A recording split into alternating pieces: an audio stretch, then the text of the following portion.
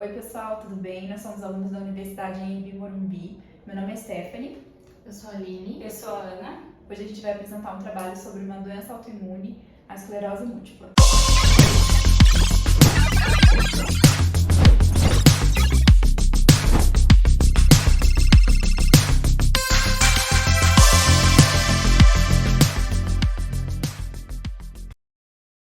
E para a gente falar um pouquinho sobre a esclerose múltipla, a gente precisa entender como que funciona a doença autoimune e como que ela afeta o nosso corpo.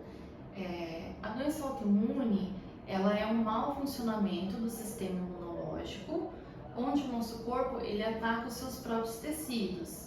Então, o sistema imunológico ele foi criado para prevenir o nosso organismo contra bactérias e vírus invasores.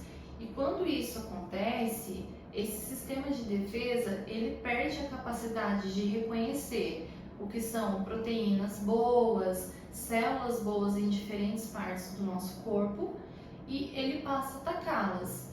É como se o sistema imunológico ele deixasse de operar de uma forma correta. Ainda não se descobriu qual é a causa específica para quem tem a doença autoimune. E geralmente ela comete mais pacientes do sexo feminino. A esclerose é uma doença crônica e progressiva e ela é conhecida principalmente pela agressão na bainha de mielina. Ela acaba desmielizando, ela acaba destruindo essa capa protetora da bainha de mielina que acaba afetando, consequentemente, os impulsos elétricos. Vou mostrar um desenho onde tem um neurônio afetado pela esclerose. Ele acaba danificando a capa, o envolvimento do neurônio, e ele é um neurônio saudável com a bainha de mielina intacta e saudável. E esses danos causados no neurônio que acaba afetando os impulsos elétricos, eles acabam respondendo de várias formas nas pessoas diagnosticadas. Não se tem ainda uma causa específica para a esclerose múltipla, mas estudos revelam que pode ser fator genético, deficiência de vitamina D, doenças na infância, estresse e estilo de vida. A esclerose múltipla, ela tem 4 classificações, que são estágios dos sintomas, e a gente vai falar um pouquinho sobre cada uma delas. A primeira é a esclerose múltipla remitente recorrente, que são ataques imprevisíveis, que podem ou não deixar marcas permanentes seguidos por período de remissão. O que isso significa? Que a pessoa ela tem os sintomas, esses sintomas eles diminuem ou podem desaparecer completamente, podendo deixar alguma sequela na pessoa ou não. A segunda é a esclerose múltipla secundária progressiva, inicialmente esclerose múltipla remitente recorrente, que é a anterior, subitamente em declínio sem período de remissão. Isso significa que o paciente ele tem uma piora de uma forma lenta, porém sem esses picos de declínio. A terceira seria a esclerose múltipla primária progressiva, que é o aumento estável da degenerência sem ataques. Isso significa que ela é relativamente lenta, porém constante. Nesse estágio, o paciente ele não tem surtos, porém os sintomas e as sequelas elas são mais progressivas por conta da doença. E agora a última, que é a progressiva recorrente, que é a progressão contínua desde o aparecimento com ataques ocasionais. Isso significa que ela é o tipo de classificação da esclerose mais rara, onde o paciente ele tem declínios neurológicos constantes e geralmente os surtos eles são muito graves nesse estágio, podendo ter uma recuperação do paciente ou não. É importante a gente mencionar sobre as classificações da esclerose, porque ela ajuda a identificar quais são os sintomas e, consequentemente, facilitam um tratamento posterior. Sobre os sintomas da esclerose múltipla, ela pode se manifestar em muitos sintomas diferentes e todos são sintomas neurológicos. Então a gente divide em 2 grupos, os sintomas iniciais e os sintomas tardios.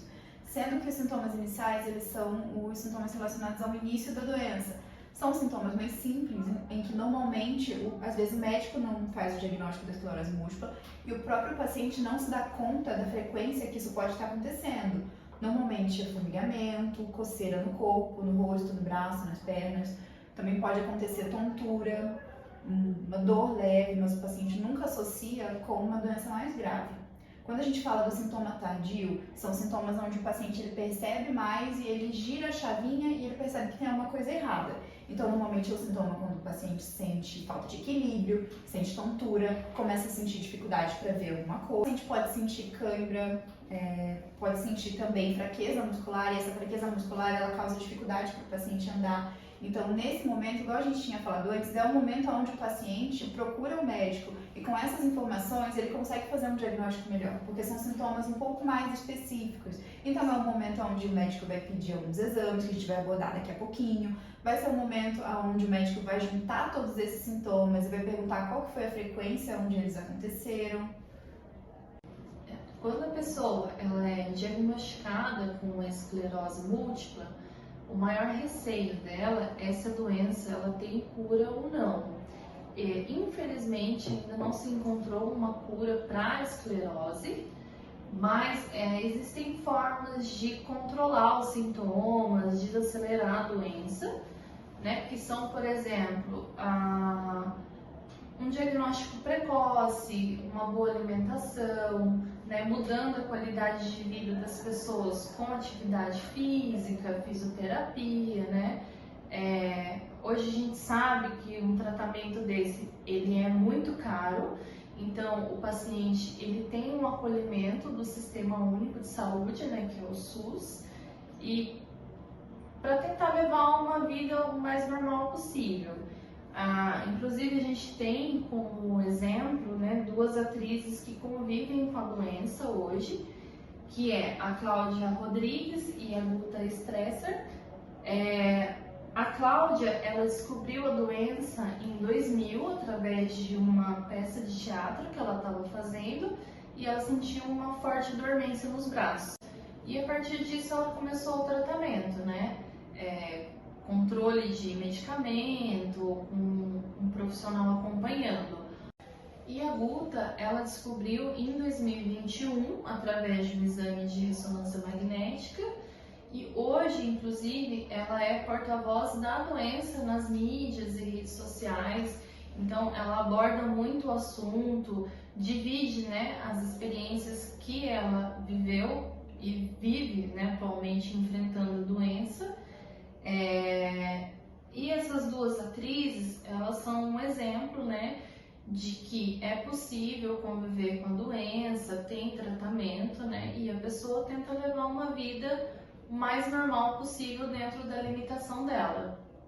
Sobre o diagnóstico da doença, durante a avaliação médica, o médico vai levar em consideração alguns fatores, por exemplo, o período de surto e o período de remissão. Durante o surto, o que o paciente sentiu, de quanto em quanto tempo esses surtos aconteceram, todas essas informações ele vai encaixar no critério de McDonald juntamente com a ressonância magnética, que vai ser uma ressonância do crânio, da coluna cervical e da coluna dorsal. Ele também pode usar a punção lombar, análise do líquido da punção lombar, e também vai fazer um exame chamado potencial evocado. Durante esse exame, ele usa de técnicas neurofisiológicas, onde várias partes do corpo vão ser estimuladas, e com base no resultado do exame, ele vai fazer esse diagnóstico. E isso depende muito da qualidade de vida que ele leva depois que ele descobre, né, que ele é diagnosticado com a esclerose múltipla. Depende do surto, depende da intensidade dos sintomas, depende da alimentação dele, se ele pratica ou não atividade física, do comprometimento dele com os medicamentos, com as consultas médicas, porque é algo que, né, quando você descobre uma doença, você fica triste, você fica com medo, então às vezes você quer deixar de lado, você não quer comparecer às consultas, e é muito importante você aceitar, você enfrentar a doença, você entender a doença para realmente saber o que você tem que fazer e levar a sério. Então é importante a pessoa comparecer às consultas, seguir certo as recomendações médicas, e um ponto muito importante é a rede de apoio, contando com psicólogos, com nutricionista, com neurologistas, E o principal, a família. Tendo família e amigos para poder auxiliar nesse momento, para poder estar junto com o portador, vai deixar tudo mais leve e mais motivante para conseguir seguir uma vida normal. E buscando ter uma vida saudável, então, acaba sendo parte do medicamento. E a fisioterapia, ela entra para contribuir, para ajudar a retardar, para ajudar a recuperar muitos dos danos que a doença acaba cometendo. Então, ela pode ter a função de prevenir disfunções cinéticas funcionais, promover funcionalidade e autonomia, né? Todo mundo quer se virar sozinho no banheiro, levantar e deitar. Isso a gente tem que prestar atenção no dia a dia e é algo que quando a gente perde, a gente dá valor. Então, o fisioterapeuta pode contribuir muito nessa parte. E também aliviar tensões musculares e dores que acabam, né, aparecendo em algum momento. Talvez a pessoa vai ter que ficar mais sentada, mais deitada. Então, a gente encontrou um relato de um portador de esclerose múltipla que ele acaba dando 3 simples sugestões para a pessoa levar para a vida. I'm having to work hard on this bike and that's what's making me tired. And whether that's a psychological piece or whether that's actually what's going on, it just feels for a little bit of time that it's not there. The top 3 things that I would suggest, 1, learn to say no. The second thing would be get some exercise, get some sunlight. And the third thing that I would say would be put a positive view on it all. Think about what you still can do and don't worry too much about the things you have to say no to. E ele comenta no final que a pessoa tem que prestar mais atenção nas coisas que ela pode fazer e não deixar de fazer. Então a gente tem que entender e aceitar que a esclerose é uma doença complexa, mas ela é altamente tratável, a medicina está evoluindo, tem ajuda, rede de apoio, então, né, é para a pessoa se motivar mesmo a seguir e saber que ela pode ter uma vida normal, que ela não vai comprometer a qualidade de vida dela, óbvio que se ela se comprometer a seguir com tudo que é proposto. E o ponto legal é que há várias redes de apoio. Nós encontramos essas 4, que são Memórias Múltiplas, é um canal no YouTube onde tem relatos de outros portadores, histórias e tem até casos de amigos e casais que acabaram se encontrando dentro de grupos de trocas de experiência. Tem também o AME, que são Amigos Múltiplos pela Esclerose, o ABEM, que é a Associação Brasileira de Esclerose Múltipla, e o EM, que é a Esclerose Múltipla Brasil. Pessoal, esse foi mais um episódio do podcast Pode Analisar. Esperamos que vocês tenham curtido e aprendido um pouco mais sobre a esclerose múltipla.